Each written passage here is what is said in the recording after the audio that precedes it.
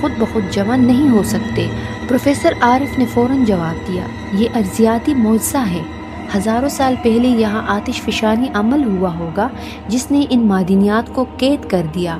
Engineer Adnan نے ہنستے ہوئے کہا، معجزہ ہو یا حادثہ، جو بھی ہے، ہم دنیا کے امیر ترین لوگ بننے والے ہیں۔ جیسیکا خاموش بیٹی تھی، اس کی آنکھیں دیوار پر کندہ عجیب نشانات کو دیکھ رہی تھی۔ یہ خزانہ نہیں ہے، اس نے آہستہ کہا، یہ کسی کا قید خانہ لگتا ہے۔ لیفٹیننٹ بلال سب سے زیادہ بے چین تھا۔ وہ غوطہ خوری کے لباس میں غار سے نمونے لینے نکلا، ہاتھ میں ایک بڑا ہتھوڑا پکڑے وہ دیوار پر چمکتے ہوئے ہیروں پر ضرب لگانے لگا۔ جیسے ہی پہلا ہتھوڑا لگا پورا غار گونج اٹھا، ایسی آواز جیسے کسی نے درد سے چیخ ماری ہو۔ پانی ہلنے لگا اور غار کے اندر اندھیرا بڑھنے لگا۔ اچانک بلال کے گرد ایک سیاہ دھوئیں جیسا بادل پھیل گیا۔ باقی سب آبدوز سے دیکھ رہے تھے۔ بلال، واپس آؤ! پروفیسر عارف چیخے، مگر بہت دیر ہو چکی تھی۔ دھوئیں میں سے کئی سیاہ ہاتھ نکلے جن کے ناخن نوکیلے خنجر جیسے تھے۔ وہ ہاتھ بلال کو پکڑ کر اندھیرے میں گھسیٹنے لگے۔ بلال کی آخری چیز آبدوز کے مائک پر گونجی، یہ خزانہ نہیں، یہ قید خانہ ہے، اور اگلے لمحے وہ دھوئیں میں غائب ہو گیا۔ ڈاکٹر صبا چیخ پڑی، یہ سب مرنے والے ہیں، یہ خزانہ انسانوں کے لیے نہیں ہے۔ غار کی گھنی تاریکی میں سرخ آنکھیں جھلملائیں اور آبدوز کے اندر بیٹھے سب کے دل دہل گئے۔ پانی کے دباؤ سے آبدوز کی کھڑکیوں پر ایسی آوازیں آ رہی تھی جیسے کوئی ناخن سے انہیں کھرچ رہا ہو۔ ڈاکٹر صبا کانپتی آواز میں بولی، یہ کوئی سمندر مخلوق نہیں، یہ کچھ اور ہے۔ پروفیسر عارف نے اپنی نظریں شیشے پر گاڑ دی۔ اندھیرے میں آہستہ آہستہ ایک ہیولا ابھر رہا تھا۔ وہ کوئی عام جانور نہ تھا، اس کا جسم آدھا انسان اور آدھا آکٹوپس جیسا تھا۔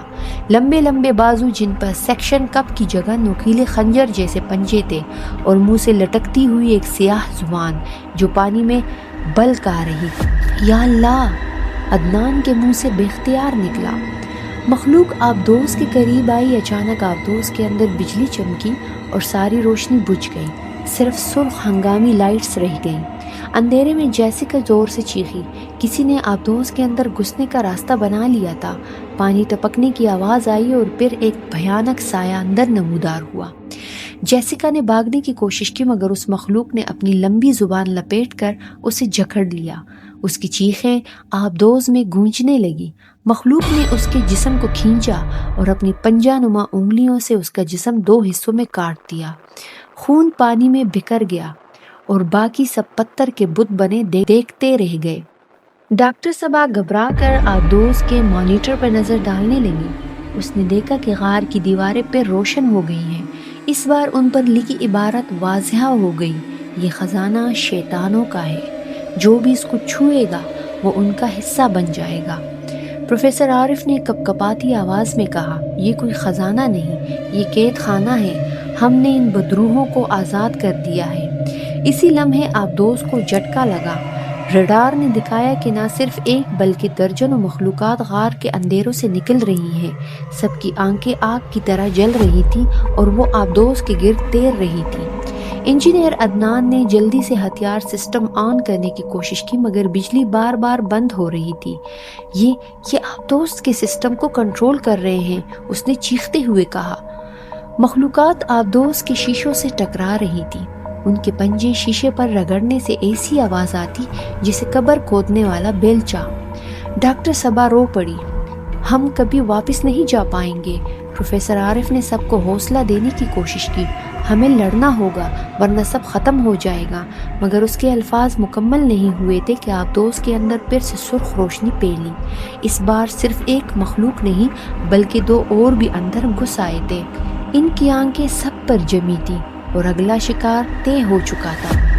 آبدوز نور اب کسی قید خانے سے کم نہ تھی۔ باہر درجنوں شیطانی مخلوقات تیر رہی تھی اور اندر خوف کی ایک ایسی لہر دوڑ چکی تھی جس نے سب کو مفلوج کر دیا تھا۔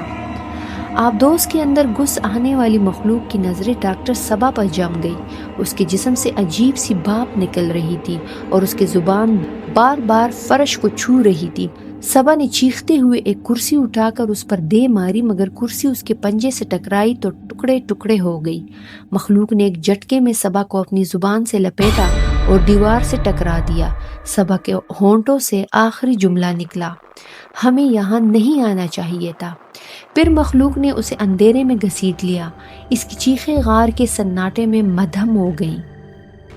اب آبدوز میں صرف 3 لوگ بچے تھے، پروفیسر، عارف اور عدنان۔ انجینئر جیسیکا کا خون آبدوز کے فرش پر جم چکا تھا۔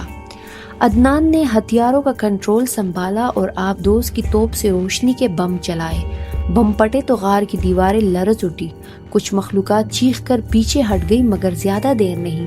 پروفیسر عارف نے گھبرا کر کہا، یہ مرنے والے نہیں، یہ بدروحیں ہیں۔ عدنان کے چہرے پر غصہ اور خوف ایک ساتھ تھا۔ اگر مرنے والے نہیں تو میں ان کے ساتھ مر جاؤں گا، مگر ان کے سامنے جھکوں گا نہیں۔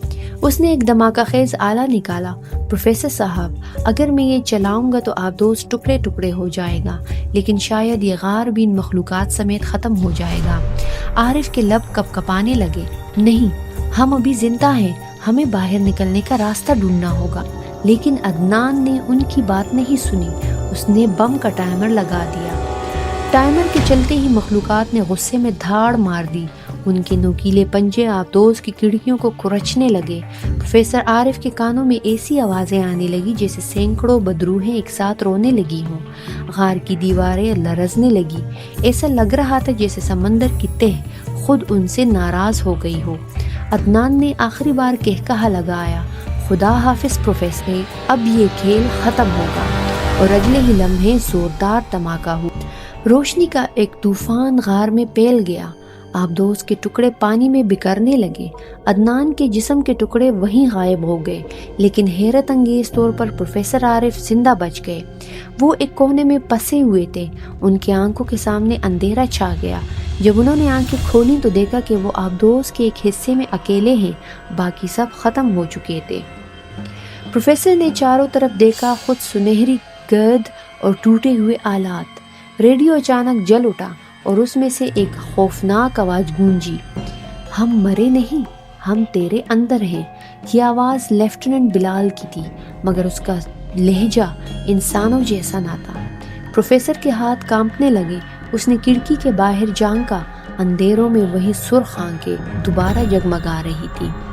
آبدوز کا بکھرا ہوا ڈھانچہ سمندر کی تہ میں خاموشی سے پڑا تھا۔ ہر طرف اندھیرا، خاموشی اور کبھی کبھار کسی عجیب و غریب مخلوق کی مدھم آواز۔ پروفیسر عارف اکیلا بچا تھا، مگر وہ بھی اب زندہ اور مردہ کے بیچ ایک کیفیت میں۔ آبدوز کے کونے میں پڑے ریڈیو سے اچانک سرسراہٹ کی آواز آئی، پروفیسر عارف چونک پڑا۔ یہ بلال کی آواز تھی۔ بلال، تم زندہ ہو؟ ریڈیو سے بھاری اور غیر انسانی آواز نکلی، ہم زندہ ہیں، مگر جیسے پہلے تھے ویسے نہیں۔ اب ہم سمندر کے ہیں، ہم خزانے کے ہیں۔ پروفیسر کا دل ٹوٹنے لگا۔ یہ صرف بلال کی آواز نہ تھی، اس میں صبا، جیسیکا اور عدنان کی سرگوشیاں بھی شامل تھیں، جسے سب ایک ہی خوفناک زبان میں بات کر رہے ہوں۔ عارف نے آبدوز کے اندر ایک شیشے کے ٹکڑے میں اپنی جھلک دیکھی۔ اس کا چہرہ زرد ہو چکا تھا، آنکھیں ہلکی سرخی میں جل رہی تھی، انگلیوں کے سرے لمبے اور نوکیلے ہوتے جا رہے تھے۔ یہ کیا ہو رہا ہے میرے ساتھ؟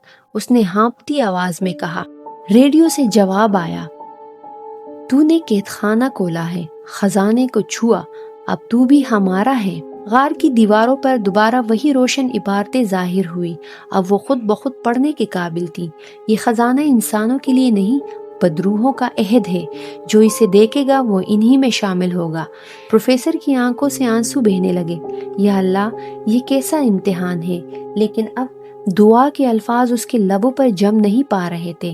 زبان باری ہو چکی تھی، جیسے کسی اور زبان میں بدل رہی ہو۔ اندھیروں سے وہی مخلوقات دوبارہ آبدوز کے قریب آ گئی۔ ان کی آنکھیں دہکتے انگاروں کی طرح جل رہی تھی۔ ایک نے پروفیسر کی طرف اشارہ کیا اور سب ایک ساتھ چیخیں مارنے لگی۔ عارف کے کانوں میں ان کی آوازوں کا مطلب خود بخود اترنے لگا، ہمارے قبیلے میں خوش آمدید۔ عارف نے اپنے چہرے پر ہاتھ پھیرا۔ جلد نرم گوشت کی بجائے کسی کردری کال میں بدل رہی تھی۔ اس نے آخری بار چیخ ماری اور اس کی آواز انسانوں جیسی نہ رہی۔ اب غار کے اندر ایک نئی مخلوق تیر رہی تھی۔ وہ باقی سب جیسی تھی مگر اس کے چہرے کے خد و خال اب بھی انسانوں جیسے تھے۔ وہ پروفیسر عارف تھا جو اب سمندر کے شیطانوں میں شامل ہو چکا تھا۔ ہفتے گزر گئے، سمندر کی لہریں روز کی طرح آتی اور جاتی رہیں مگر خاموش قبر کے حصے پر ایک اور ہی کیفیت چھائی رہی۔ نہ وہاں پرندے دکھائی دیتے، نہ کوئی مچھلی، گویا وہ جگہ سمندر کی باقی حصے سے الگ کر دی گئی تھی۔ ایک روز پاکستانی بحریہ کا گشتی جہاز عزم اس علاقے سے گزرا۔ ریڈار پر اچانک ایک بھاری دھات کا سگنل ملا۔ جب جہاز قریب پہنچا تو سب حیران رہ گئے۔ آبدوز نور پانی کی سطح پر تیر رہی تھی۔ جہاز کے کپتان کمانڈر طاہر نے چونک کر کہا، یہ تو وہی آبدوز ہے جو مہینے بھر پہلے غائب تھی۔ عملہ کہاں ہے؟ کچھ غوطہ خور آبدوز میں داخل ہوئے۔ اندر کا منظر دیکھ کر ان کی روحیں کانپ گئیں۔ آبدوز کے اندر ہر طرف سناٹا تھا، خون کے نشانات، ٹوٹے ہوئے آلات اور دیواروں پر جمی ہوئی سنہری گرد۔ ایسا لگتا تھا جیسے خزانے کی باریک کرنیں انسانوں کے خون میں گھل گئی ہوں۔ سب سے خوفناک بات یہ تھی کہ آبدوز کے اندر ایک بھی لاش موجود نہ تھی، صرف دیواروں پر ناخنوں کے گہرے نشانات اور کانوں میں گونجتی مدھم سرگوشیاں۔ ہم زندہ ہیں، ہم تیرے قریب ہیں۔ غوطہ خوروں نے گھبرا کر باہر آنے کی کوشش کی مگر ایک نے لرزتی آواز میں کہا، کپتان صاحب، یہ آبدوز انسانوں کی نہیں لگتی، جیسے اس پر قبضہ ہو گیا ہو۔ کمانڈر طاہر نے خود آبدوز کا دروازہ کھولا۔ اندر قدم رکھتے ہی ایک سرد ہوا کا جھونکا آیا۔ اچانک ریڈیو خود بخود آن ہو گیا۔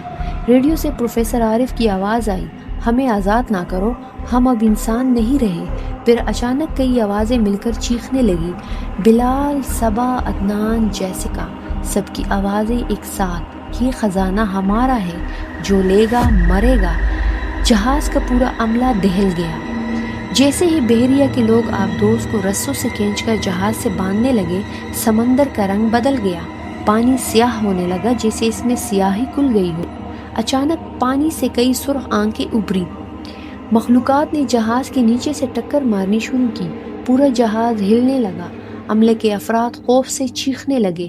کمانڈر طاہر نے حکم دیا، رسی کاٹو، آبدوز کو چھوڑ دو، مگر بہت دیر ہو چکی تھی۔ آبدوز کے اندر سے ایک زوردار دھاڑ نکلی، پانی پٹ گیا اور ایک سایہ دار ہاتھ جہاز کے عرشے تک آن پہنچا۔ کوئی سراغ نہ ملا، صرف سمندر کے اس حصے میں اب اور زیادہ سناٹا چھا گیا اور یوں خاموش قبر مزید خوفناک ہو گئی۔ اب نہ صرف ایک آبدوز بلکہ ایک پورا جنگی جہاز بھی اس کا شکار بن چکا تھا۔ سمندر کے اندر سرگوشیاں اور بھی بلند ہو گئیں۔